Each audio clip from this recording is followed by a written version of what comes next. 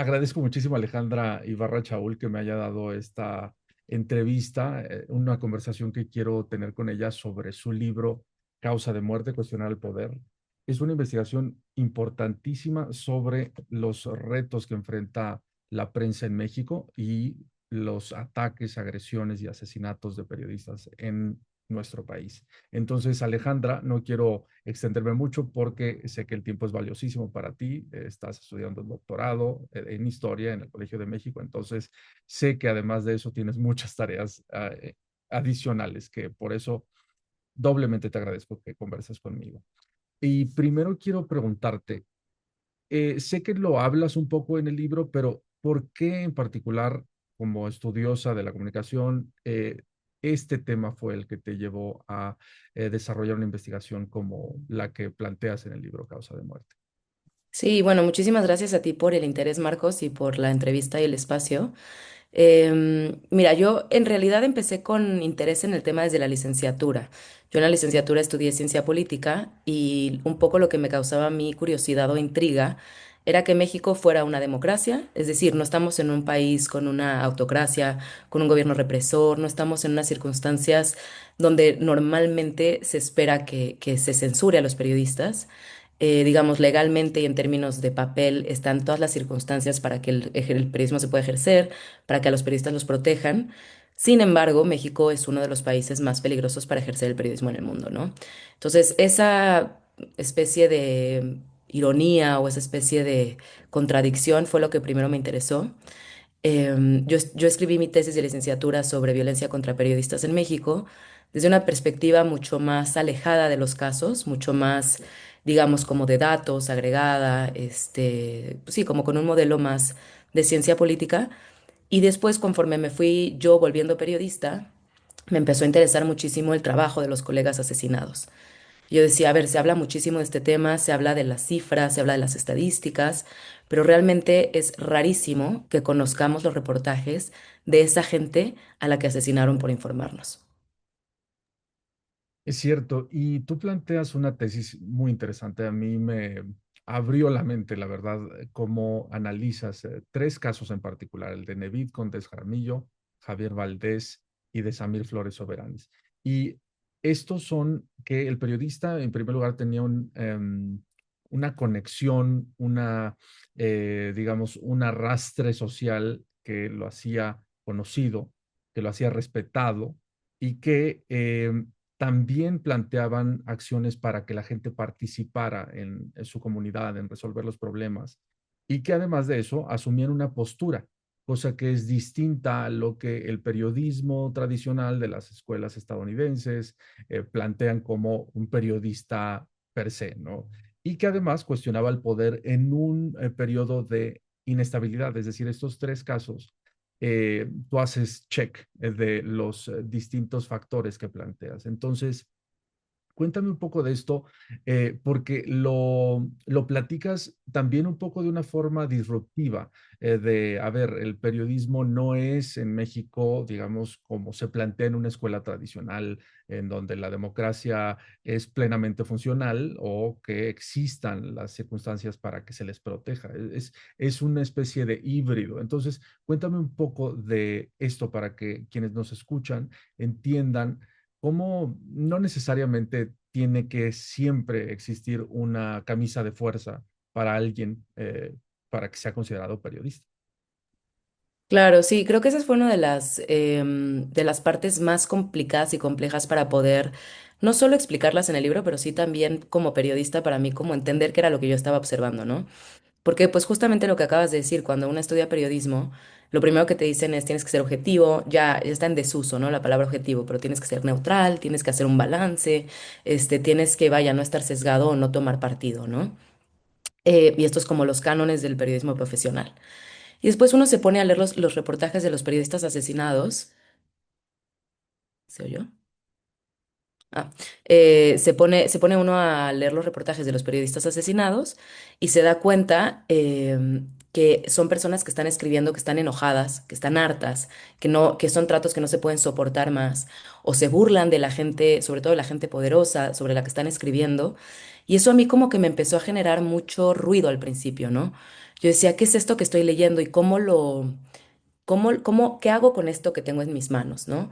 Lo desecho, lo desprecio, digo, no, no es objetivo, no es profesional, entonces esta no pudo ser la causa por el asesinato, o lo tomo por el valor que tiene y por lo que realmente es, y lo trato de entender como lo estoy percibiendo, ¿no? Entonces, realmente lo que me sirvió mucho a mí para, un poco para salirme de eso lo que tú dices, ¿no? Un poco como esa camisa de fuerzas, fue empezar a entender los entornos donde se habían realizado esos reportajes. Entonces, de ahí sale el podcast Voces Silenciadas, que no sé si por ahí lo hayas escuchado, que es el caso de Nevid Condes Jaramillo. Entonces, la diferencia de leer sus reportajes a ir a Tejupilco de Hidalgo en el Estado de México, ver el lugar donde le estaba reporteando, hablar con la gente que lo conocía y entender el contexto del momento en el cual hizo esos reportajes, cambia muchísimo la dimensión de lo que estaba él diciendo, ¿no? Te das cuenta que en realidad estar criticando al alcalde, estarse burlando de él o estar como siendo muy frontal sobre su dissatisfacción con la administración del alcalde, no dista tantísimo de un periodismo de investigación que hace eso, que está diciendo, tú poderoso no estás cumpliendo, tú poderoso no estás haciendo lo que tenías que hacer y nosotros te vamos a exigir. Quizás es con mecanismos menos sofisticados o con menos evidencia, pero cuando el entorno es tan chico y la contigüidad es tan inmediata, cuando es una población pequeña y todos se conocen, a veces no hace falta tener tanta investidura de prueba, porque son cosas que todos saben, que todos ven. Y es el periodista el que se atreve a decirlo, el que se atreve a quejarse. No sé si por ahí. Sí, sí, exactamente. ¿Y qué retos ves, por ejemplo, en estos tres casos? Bueno, Javier Valdés, por supuesto, era una institución en el periodismo, ya era reconocido a nivel nacional e internacional cuando sucede el asesinato en 2017. Pero en los otros dos casos de Nevid y Samir, ¿qué tanto ves tú de que esas otras actividades que podrían ser consideradas activismo o que, por ejemplo, Nevid también tenía un negocio adicional, si no recuerdo mal, eh, ¿qué tanto implica eso de obstáculos para que las autoridades, cuando ocurren estos ataques, asesinatos, se quieran lavar las manos, ¿no? Porque muchas veces dicen, primero hay que identificar si se trataba de su labor periodística, aunque era evidente, por ejemplo, en estos dos casos, más el de Javier, que sí era por su labor periodística, pero en estos otros que tienen actividades adicionales, ¿qué tanto eso has visto o viste en tu investigación que las autoridades trataron de desmarcarse para decir no fue por temas de periodismo, no fue por su labor informativa? Cuéntame cómo viste esa situación. Claro, sí. A ver, el caso de Javier es muy interesante porque lo que yo hago ahí en el libro es comparar un poco cómo escribía para el periódico La Jornada, de tiraje nacional, y cómo escribía para su medio local, Río 12. Y es súper interesante para mí ver cómo escribe diferente, ¿no? O sea, para la jornada tiene una redacción como la Escuela de Periodismo dicta, objetiva, informativa, neutral, se va a los hechos, describe lo que sucedió y ya está. Y en Río 12 se enoja, ¿no? Se burla, se mofa, está harto.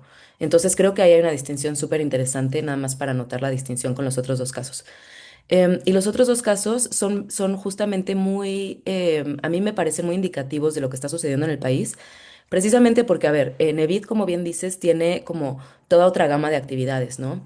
Él en algún momento de su vida fue candidato político, después incluso intentó entrar a una emergente autodefensa que al final no terminó de cuajar, pero vaya, es una persona como con mucho involucramiento en lo que está sucediendo socialmente.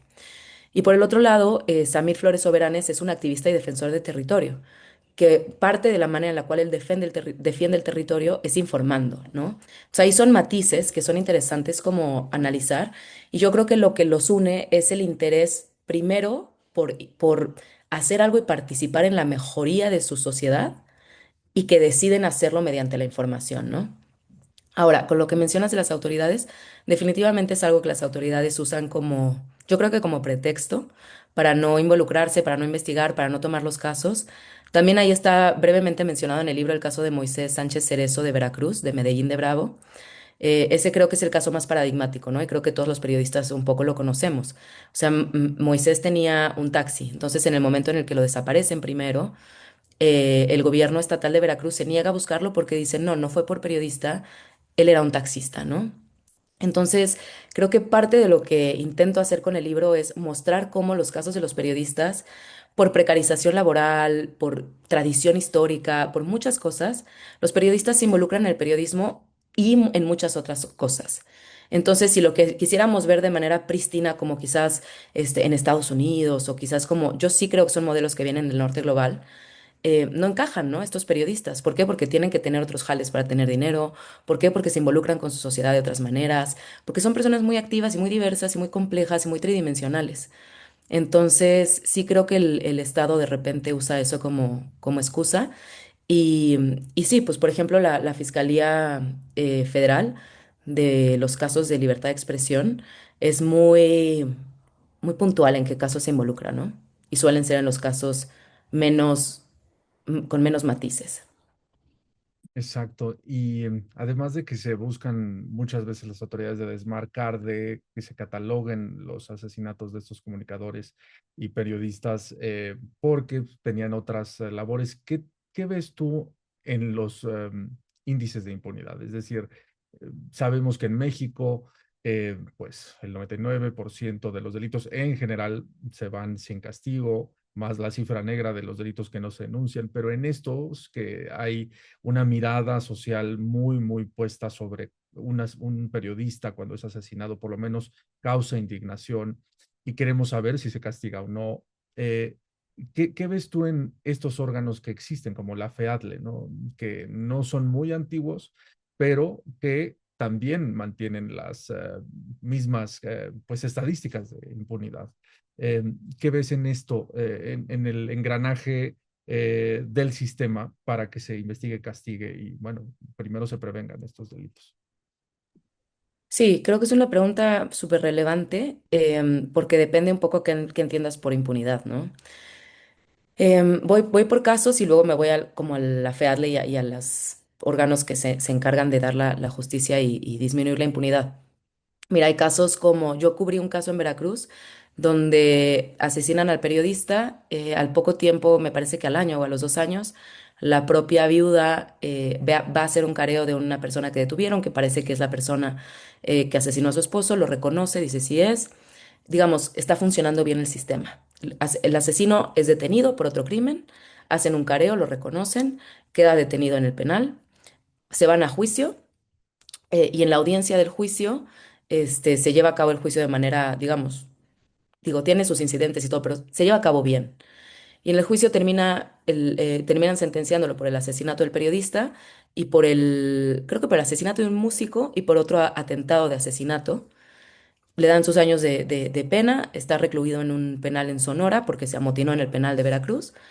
Y a la hora que uno pregunta, bueno, ¿y por qué lo mató? Digamos que, porque este chico era un sicario, que era un albañil, que bueno, tomaba otros trabajos como asesinar. Entonces dices, ¿por qué a este muchacho le importaba matar al periodista, no?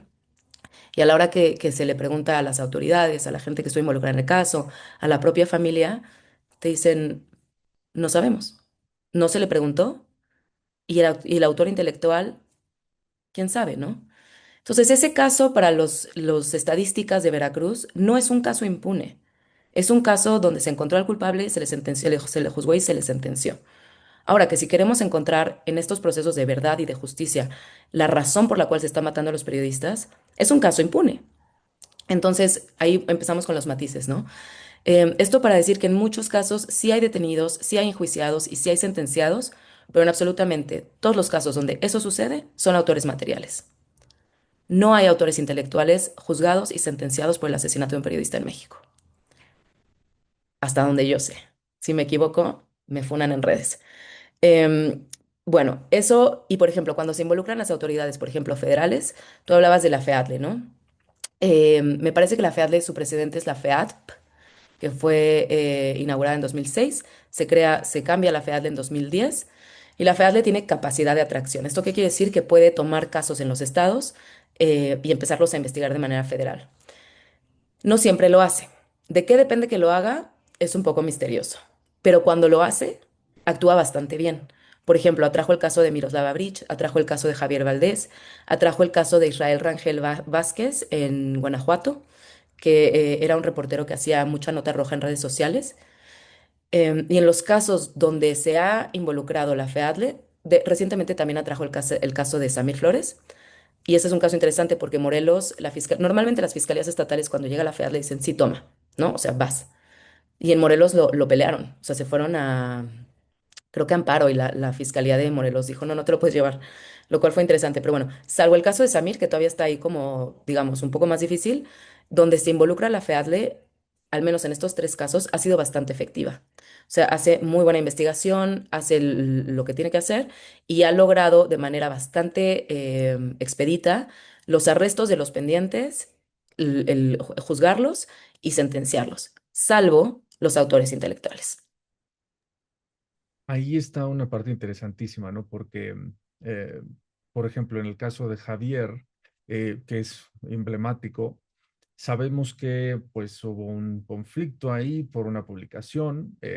Los chapitos decían que ellos no fueron. Luego los del grupo de los Damasos o demás dicen que pues tampoco, ¿no? Y finalmente el culpable, el Minilic, ese, se fue a Estados Unidos a entregar y en realidad nunca ha sido castigado por ese delito, aunque aquí en México, cuéntanos un poco en qué quedó ese castigo pendiente, que sé que su viuda, la viuda de Javier Valdés, ha dicho, pues no lo veo como justicia, Griselda Triana, que esté juzgado o sentenciado en Estados Unidos porque ni siquiera está tomado en cuenta el caso de Javier, ¿no? Entonces, ¿qué has visto ahí en ese caso, en el castigo del asesinato de Javier Valdés?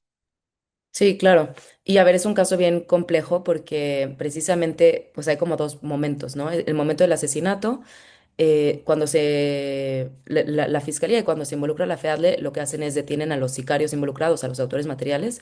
Uno de ellos ya había muerto, otro ya estaba detenido. Entonces, no me acuerdo bien los detalles. Acá hay que ver lo que ha hecho Propuesta Cívica, que es quien da el acompañamiento legal a la familia y lo ha hecho de manera excepcional. Pero bueno, el caso es que detienen acaban con la parte de los autores materiales. Me parece, si mal no recuerdo, que solamente sentencian a uno de ellos o solamente encuentran a uno. Uno ya estaba detenido, le meten la sentencia adicional y otro ya había muerto. Entonces, esa es como la parte más rápida. Y después, como bien dices, Damaso López Serrano, que es el hijo de Damaso López Núñez, el Minilic, se había entregado a Estados Unidos por un caso de tráfico de drogas, conspiración por traficar drogas, etcétera, y él colabora con la Fiscalía estadounidense, lo que significa que no va a juicio, les da información sobre lo que necesitan para la gente a la cual ellos están buscando, que es, entra dentro de otras personas que buscan, y entonces está en la cárcel durante un periodo en el cual colabora, da información y luego lo liberan por buena conducta, ¿no? Hasta donde sé, y me parece quien ha hecho el último reportaje al respecto, que lo entrevistó, es Luis Chaparro, me parece que está en testigos, en el programa Testigo Protegido, lo cual significa que está en libertad en Estados Unidos, que fue, pues sí, un poco premiado por dar información y colaborar con la fiscalía y contribuir a esta información que ellos necesitaban. Y a pesar de que el gobierno mexicano tiene una solicitud de repatriación para que Damaso López Serrano regrese a México y sea enjuiciado por lo que parece ser que es el presunto autor intelectual de Javier Valdés, Estados Unidos no lo ha regresado. Está en Estados Unidos en algún lugar en libertad pues definitivamente eso no puede ser considerado justicia, ¿no? Quien dio la orden, si es que la dio, y a ver, también merece, en todo caso, la oportunidad de ser juzgado y saber si, y que todos sepamos si sí fue o no fue, ¿no? Entonces, sí, pues digamos como que yo creo que la gran deuda en ese caso es la interrogante constante. Sí, que aquí la fiscalía, corrígeme si no estoy en lo correcto, pero la fiscalía especializada en delitos contra la libertad de expresión y creo que en general las fiscalías que han visto este caso, la de Sinaloa, eh, corrígeme si la de Sinaloa ahí ha hecho algo al respecto sobre Damaso López, el Minilic, en cuanto al asesinato de Javier, pero aquí sí ha sido claro y se ha investigado que se quiere juzgar al Minilic por el asesinato de Javier Valdés como el presunto autor intelectual, ¿no? Es decir, aquí está bastante claro y está, digamos, ubicado por el gobierno estadounidense es un tanto, no sé cómo lo calificarías. ¿Cómo calificarías aquí la actuación de Estados Unidos en cuanto a no querer entregar a un muy probable asesino de un periodista a México, que ha sido el caso investigado ampliamente por autoridades acá? ¿Cómo calificarías lo que está haciendo Estados Unidos? Sí, a ver, totalmente es la línea de investigación de la Fiscalía de México, de la Fiscalía Especializada. La línea de investigación apunta a que el Minilic es el autor intelectual. En algún momento alguna fuente me dijo que en Estados Unidos lo que pasa es que no están seguros, que creen que también podría haber sido los Chapitos y regresarlo podría implicar su muerte segura. En cualquier caso, me parece una postura hipócrita, porque de todas maneras están deportando a cientos de miles de personas a muertes seguras. Entonces, no me parece un argumento, digamos, defendible, y me parece que como socios en una decena de cosas, como países que colaboran en una decena de cosas, deberían de regresar a la persona, que se preste a un proceso legal, que sea enjuiciado y que enfrente lo que tiene que enfrentar de este lado, ¿no? Sí, me parece una actitud abusiva, hipócrita y desafortunada. Bien, gracias por ese paréntesis que no era tal cual, digamos, el, el propósito de la entrevista, pero ese caso en particular creo que revela lo que tú dices, un doble discurso, ¿no? Un doble rasero de querer, además, exigirle a México extradiciones amplias de cuanto capo se les ocurra y este en particular esté ahí en un esquema de protecciones, como tú dices. Yo creo que absurdo, ¿no? Pero en los otros dos casos, por ejemplo, me mencionabas, me gustaba la idea y tenía esta intención también de preguntarte en qué va el caso de Nevit y el de Samir. Ya un poco me comentabas de Samir que la FEAD le quiere atraer el caso. Si quieres, empezamos por el caso de Samir Flores Soberanes. Eh, lo quiere atraer y entendí que la fiscalía en Morelos no quiere que la FEAD le investigue. Eh, ¿Por qué crees que esté pasando eso? Sí, mira, a ver, yo no le he dado la cobertura más puntual al seguimiento de estos casos. Lo que sí te puedo decir es que de lo último que yo revisé de los casos fue que la Fiscalía de Morelos estaba como totalmente atorada, digamos, no tenía avances, no estaba logrando nada. Ante esta impasse, se busca que la FEAD le atraiga el caso. Lo que hacen mucho es el Frente por la Defensa no me acuerdo muy bien cómo se llama todo el nombre de la organización donde participaba Samir. Las siglas son FDPNA, creo.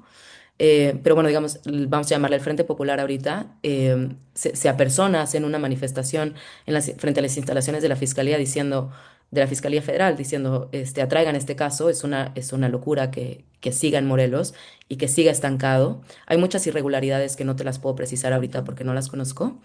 Este, mm, Espérame, que me estaba, no sabía que era yo. Bueno, hay como muchas irregularidades, está detenido el caso. em, Piden que se atraiga la investigación, la FEAD le decide atraerlo, primero abre una carpeta, empieza el proceso de atracción y ahí la Fiscalía de Morelos se rehúsa. Mete, no sé cuál es la figura legal, creo que un amparo, no lo sé, pero la Fiscalía de Morelos dice, no, no te lo vamos a dar. Entonces ahí entra como, pues sí, un litigio para poder atraer el caso y finalmente se logra, se atrae el caso y no sé en qué vaya la investigación. Sé que David Peña es el abogado que acompaña a la familia y a los colegas de Samir, y David Peña tiene muchísima experiencia en casos similares, entonces, bueno, él sabrá con mucho mejor detalle qué es lo que sucede, ¿no? Y en el caso de Nevid, lo último que yo sé del caso de Nevid es un caso donde, digamos, creo que lo que más prevalece es una opacidad profunda y densa. Yo he intentado conseguir una copia de la investigación de ese caso, digamos, en la versión pública, que esté censurado lo que tenga que estar censurado, de maneras extraoficiales. Vaya, he intentado de muchas maneras conseguir una copia de esa investigación, nunca lo he logrado. Em, por otro lado, sé que hay gente que sabe cosas del caso que huyó de Tejupilco y que está ubicada en otros lugares. Y sé que había el que era el director de seguridad pública de Tejupilco cuando fue el asesinato de Nevid, fue una de las personas arrestadas en el operativo Enjambre que dirigió García Harfuch hace como un par de años. ¿Qué sucedió con el juicio de esta persona en particular? Tampoco sé, pero pues un poco por ahí va. Si quieres, para ir cerrando, porque sé que el tiempo apremia, eh, aquí, artículo 19 dice que del 2000 a la fecha van 176 periodistas asesinados, 10 en el gobierno de Sheinbaum. Desde que tú empezaste a observar el problema ahora y mencionando estas situaciones de opacidad en el caso de Nevid, de pues una especie de impasse en el caso de Samir y lo que conocemos de otros casos, como tú dices, que impera la impunidad dependiendo de cómo se analice, eh, ¿qué ves en hacia dónde va? eh, las autoridades, hacia dónde va el país en cuanto a resolver la situación de crisis en torno a la prensa y las agresiones en contra de la prensa. ¿Hacia dónde va? ¿Hacia una situación mejor, peor? ¿Estamos igual? Fíjate que yo creo que no le veo una manera de mejora próxima. Creo que no veo mucha esperanza en ese sentido porque creo que no hay em, razones o indicadores para que pensemos que vaya a mejorar, sobre todo porque creo que parte del problema es que está mal identificado. O sea, mientras sigamos buscando que sea el periodista objetivo de investigación, nítido, prístino, etcétera, creo que no se pueden hacer suficientes programas o mecanismos de prevención para poder detener esta cosa de raíz. Entonces, creo que ese es uno de los grandes retos y mientras eso no suceda, sí creo que puede ser un obstáculo a que disminuya los niveles de violencia. Y creo que un poco también es medio peligroso el discurso de mantener esta idea del periodista objetivo, del periodista. Creo que también como sociedad civil, como organizaciones de la sociedad civil, si se hiciera un esfuerzo por reentender al periodista y valorarlo, apreciarlo, quererlo, respetarlo y protegerlo por lo que sí es y por las cosas que sí está haciendo, creo que incluso a nivel sociedad tendríamos un mayor cobijo y un mayor protección orgánica. Pero creo que luego la propia sociedad dice, "Ah, no, es que ese es chayotero, no, es que se estaba metido en otra cosa". Y si empezamos a cambiar esa mentalidad, decir, a ver, ¿por qué estaba haciendo otra cosa? ¿Por qué también era taxista? ¿Por qué había intentado ser candidato? ¿Y por qué está mal? ¿No? O sea, creo que si empezamos a replantear esas cosas, podemos tener mejores indicadores. Ahora, hay cosas que a mí me dan esperanza.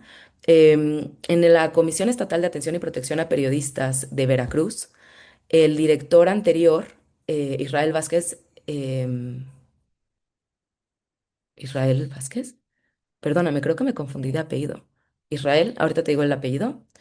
em, Llevaba un programa que a mí me parecía muy bueno y muy esperanzador, donde lo que hacía era mediar, ¿no? Y entonces él lo que decía era, él como ex periodista, Israel había Hernández generado- Sosa, ¿no?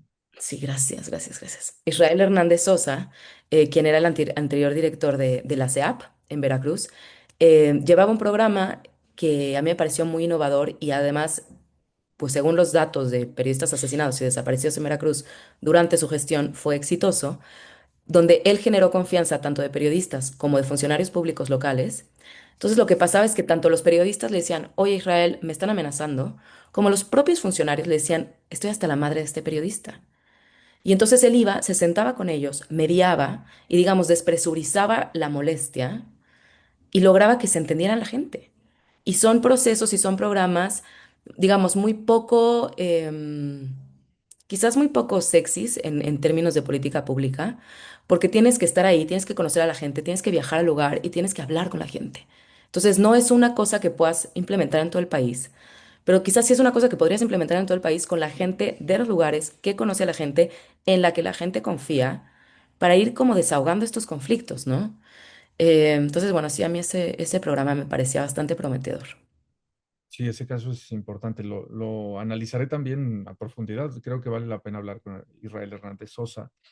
Y para cerrar en estos últimos 9 minutos que te pido me regales, ¿qué ves en estos? Hay dos casos que mencionas que a mí en particular desde que ocurrieron me conmocionaron. Uno es el de Rafael Morúa, el otro es de Lourdes Maldonado. Creo que el de Lourdes Maldonado es doblemente pues impactante porque ella había acudido a la mañanera a pedir ayuda al presidente y después, un tiempo después, es asesinada.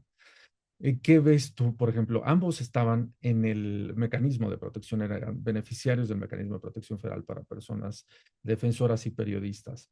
Y un poco entrando a este tema de los mecanismos de protección existentes, como el federal, y no sé si cada estado tiene su propio mecanismo, creo que algunos lo tienen.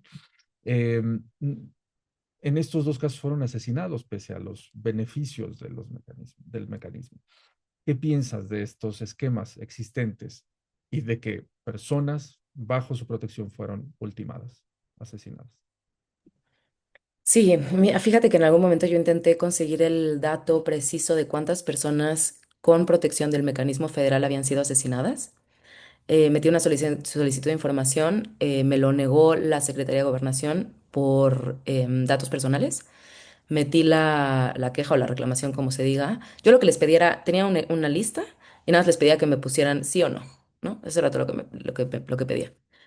Metí el reclamo, no sé cómo se llama, y les dije, no es datos privados porque se sabe que estas personas fueron asesinadas, y no pone en riesgo a las familias porque yo no quiero saber si las familias tienen protección. Solo quiero saber si esas personas en el momento de haber sido asesinadas la tuvieron, ¿no? Se fue al pleno del INAI y la comisionada presidente, me acuerdo que hasta lo tuiteó. O sea, dijo, un caso donde esto se solicitó, y nuestra decisión es que se le tiene que dar la información a la ciudadana. Yo con el tuit así, ay, lo logré, no sé qué. Y digo, al final en las cosas ya de litigio siempre se me van, ¿no? Pero al final la propia Secretaría de Gobernación se vuelve a negar y no me lo dieron. Lo que quiero decir es que hay más de un caso y también es un dato opaco. También hay casos, acá vale la pena escuchar el podcast que lo narra Valeria Villalobos, que está ahora en la Ibero, que estaba antes en Nexos. Bueno, ella hace un episodio de podcast del caso de un periodista en Oaxaca, donde le aprueban finalmente, después de muchos intentos, las medidas de protección, y cuando entre que se las aprueban y las envían a Oaxaca, lo asesinan.